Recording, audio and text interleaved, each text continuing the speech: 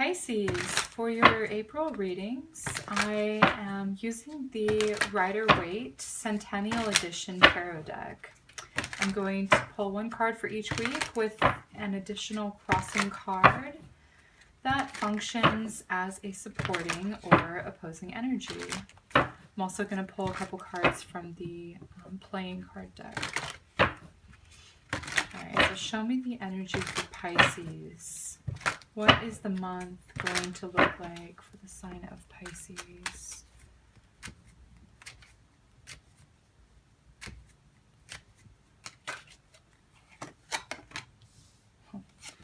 The Tower, the Ace of Swords, the Five of Wands, and the Death card. Crossing cards.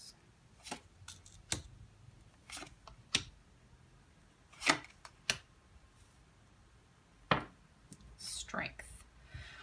Okay, so I'm just going to say that the month of April is not exactly how, well, I didn't really have any preconceived notions of how it would go, but I feel like for the majority of the signs, this is going to be a challenging month. And these challenges happen for a reason, because we're here on this earth plane and you know, this isn't our permanent home. This isn't our permanent place. And anything that comes up is for our growth. Yeah, and you know, we can't always grow if everything just happens that's so easy for us to deal with. So this is the theme that I'm seeing as well for Pisces, is like the Strength card, right? So having to really, well, yeah, be strong, okay? And it's also about endurance through anything that could happen or come up that may be unpleasant or uncomfortable. That's really just showing you as like a mirror your strength of character, basically. So right off the bat, in the first week in April, we have the Tower card. Okay, so something dramatic is going to be shifting. There could be a separation from a person, a place, could even be a thing, right? But you're looking out on the horizon and you're looking at the next thing. So I feel like what's changing is your perspective. I feel like what's changing is like your vision here. And this is like a completely new direction that you are going to go, whether this is something that you asked for or something that sort of happened upon you. You're changing your perspective about something, okay?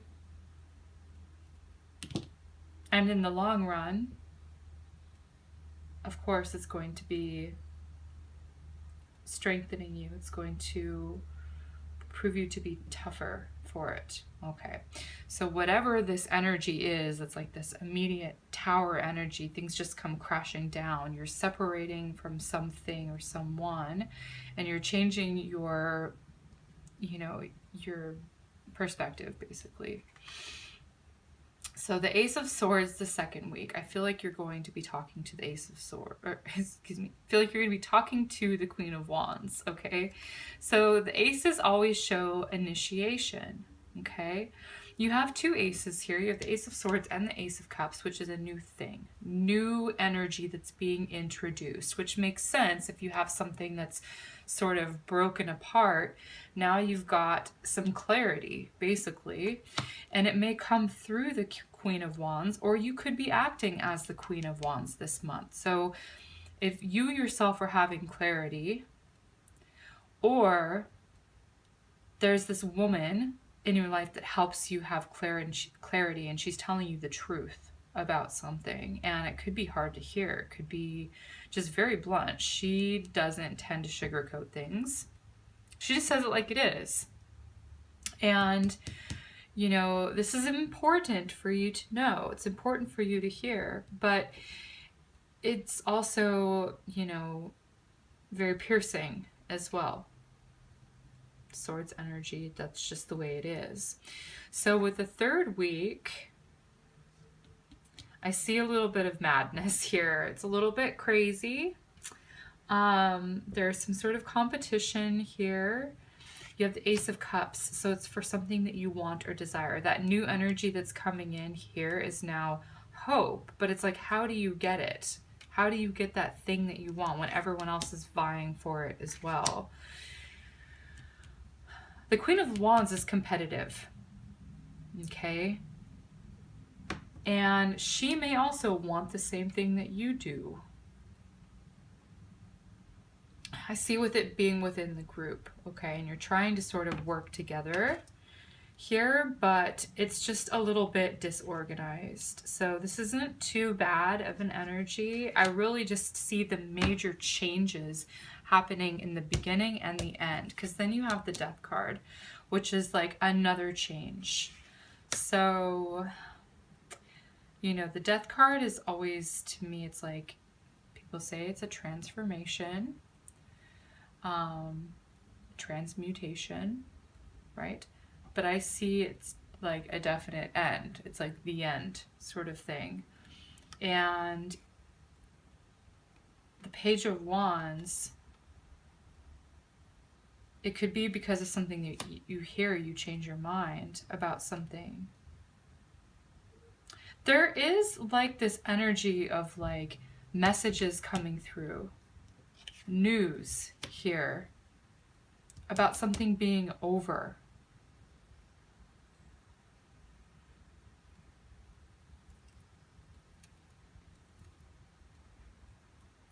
You have this sort of like beginning initiatory energy, which is like introducing a new energy, and then you have the end of the old, worn out, outdated thing. Let's go ahead and get a little bit more information.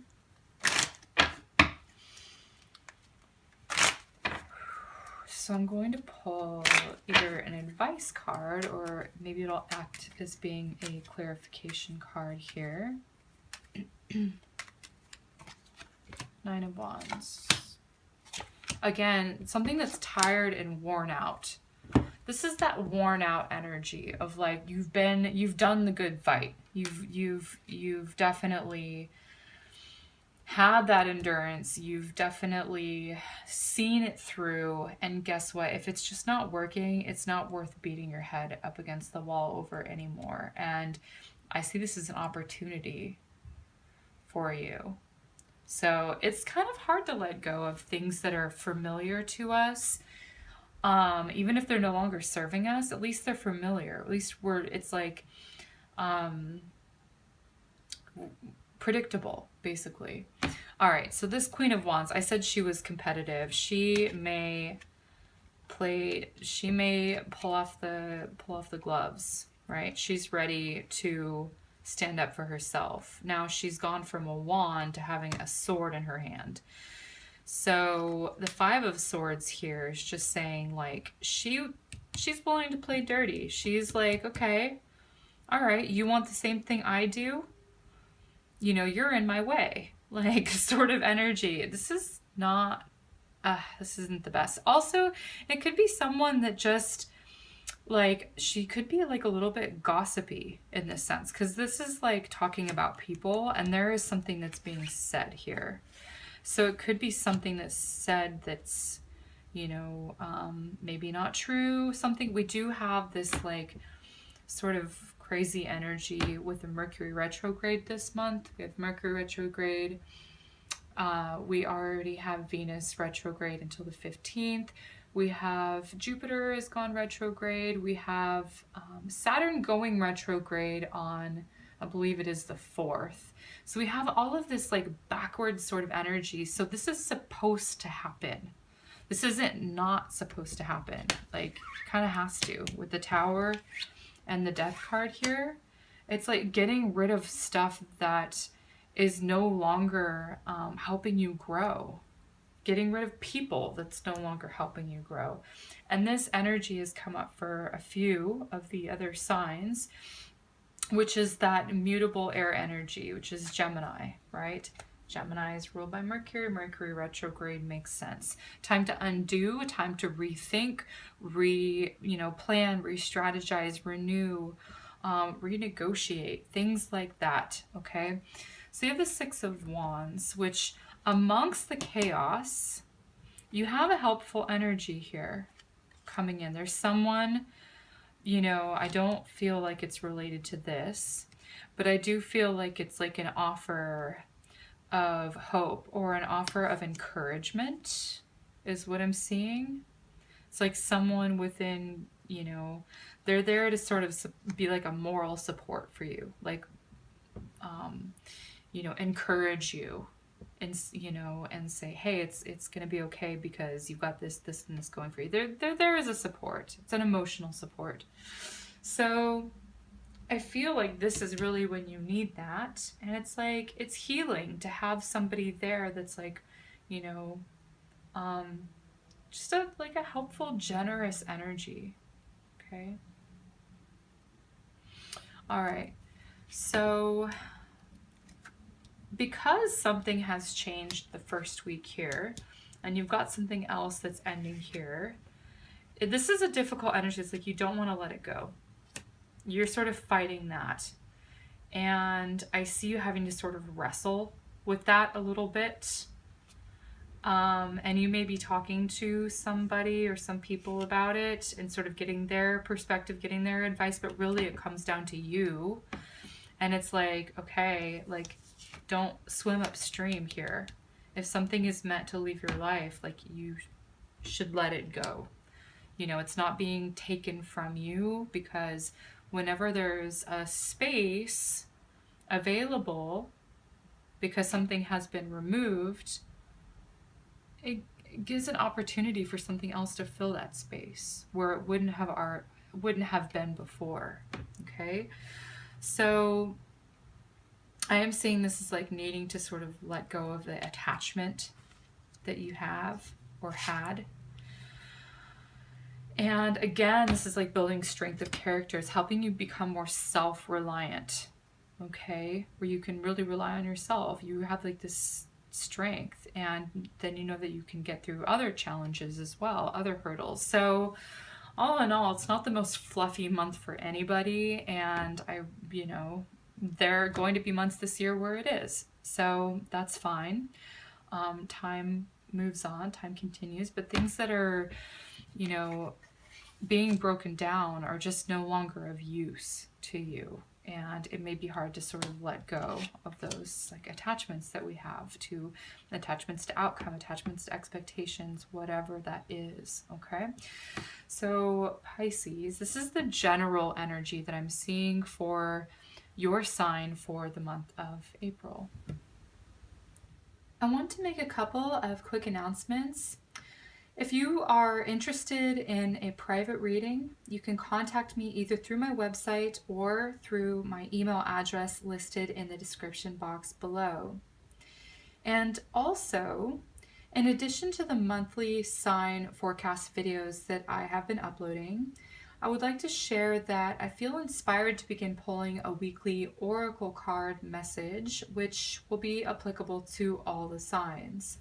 I think it would be beneficial to gauge the type of energy that is available to all of us for the week ahead. So thank you for watching, liking, and sharing my videos, and for subscribing to my channel.